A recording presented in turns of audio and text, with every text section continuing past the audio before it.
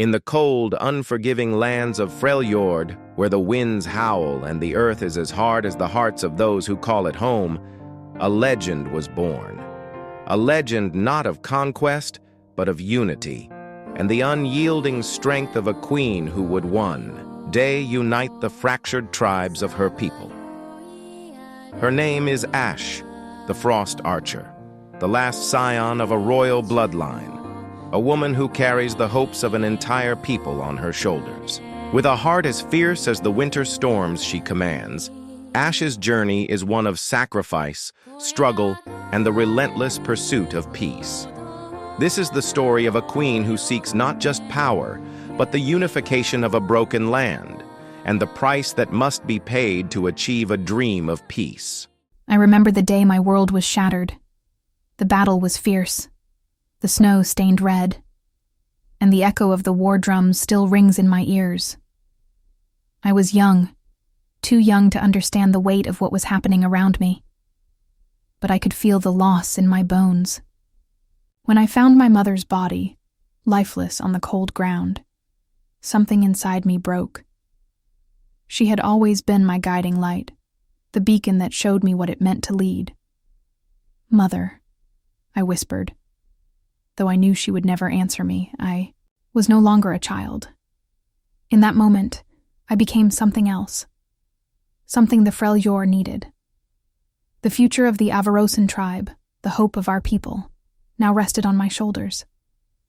In the frozen tundra of Freljord, where the winds howl like wolves and the snow stretches on endlessly, Ashe was born to a fate both noble and cruel. Daughter of a chieftain, her lineage was steeped in the ancient traditions of the Avarosan tribe. Yet her destiny would be shaped by a force greater than her bloodline, the legacy of a people fractured by war. When Ashe was but a child, tragedy struck. Her mother, the queen, fell in battle, leaving Ashe to inherit a crown she wasn't ready to wear. With no one left to guide her, the young princess grew up in the shadow of Freljord's harshness, her heart hardened by the same cold winds that swept across the land. It was her bow, the fabled Frostbow, passed down through generations, that would one day define her future. But even the greatest weapon could not win the hearts of the divided tribes. Ashe knew her journey would not only be one of survival, but of unification. Her people needed a leader, a symbol of hope to bring them together. But would they follow? A woman, a queen, born of tragedy. Though Ashe's heart ached, she knew that the path ahead was one she could not walk alone.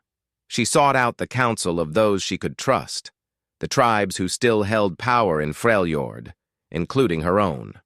But the land was fragmented, with rival chieftains, ancient forces, and the cold bitterness of betrayal seeping into every alliance.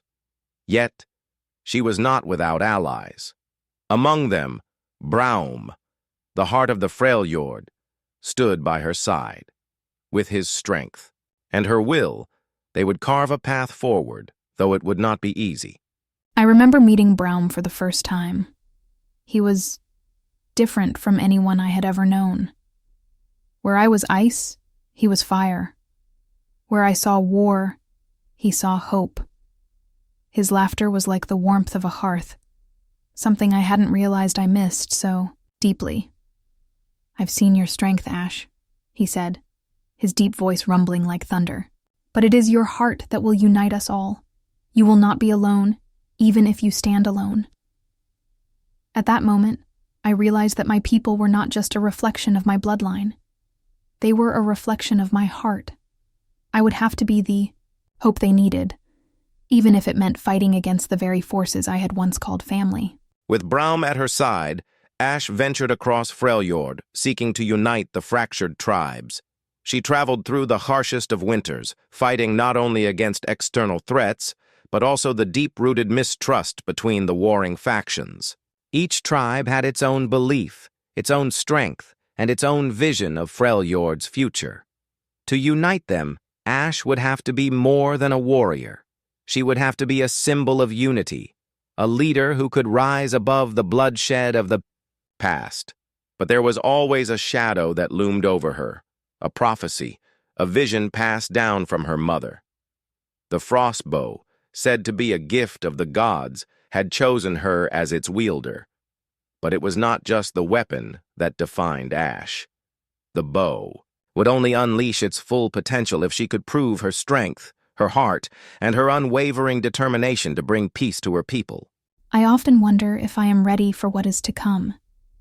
The Frostbow, so powerful, so beautiful. It pulses with the cold of the very land it was forged in. It has been my constant companion, my symbol of duty. But with every pull of the string, I am reminded of the immense responsibility it carries. It is not just a weapon, but a test to see if I am worthy of leading my people, of bringing them the unity they so desperately need. I have fought for every step I've taken, for every ally I've gained. And yet I still feel the weight of my mother's absence. I wonder, every day, if she could have done it better. If she had been here, would things have been different? But there's no time for doubt. Freljord cannot wait. It is a land that demands its leaders to be strong, to be resolute. And so, I will fight. For my people, for my land, for the legacy of the Avarosan tribe. As Ashe's journey continued, she grew into the leader Freljord needed. Her vision of a united land where the tribes would stand together began to take shape. It would not be an easy task, but Ashe's heart, forged in the trials of her youth, was strong. In time, the Frostbow would find its true purpose in her hands, as the hope of a fractured land rested on her shoulders. The prophecy had been fulfilled. Ashe was the queen who would lead Freljord, not through domination, but through unity.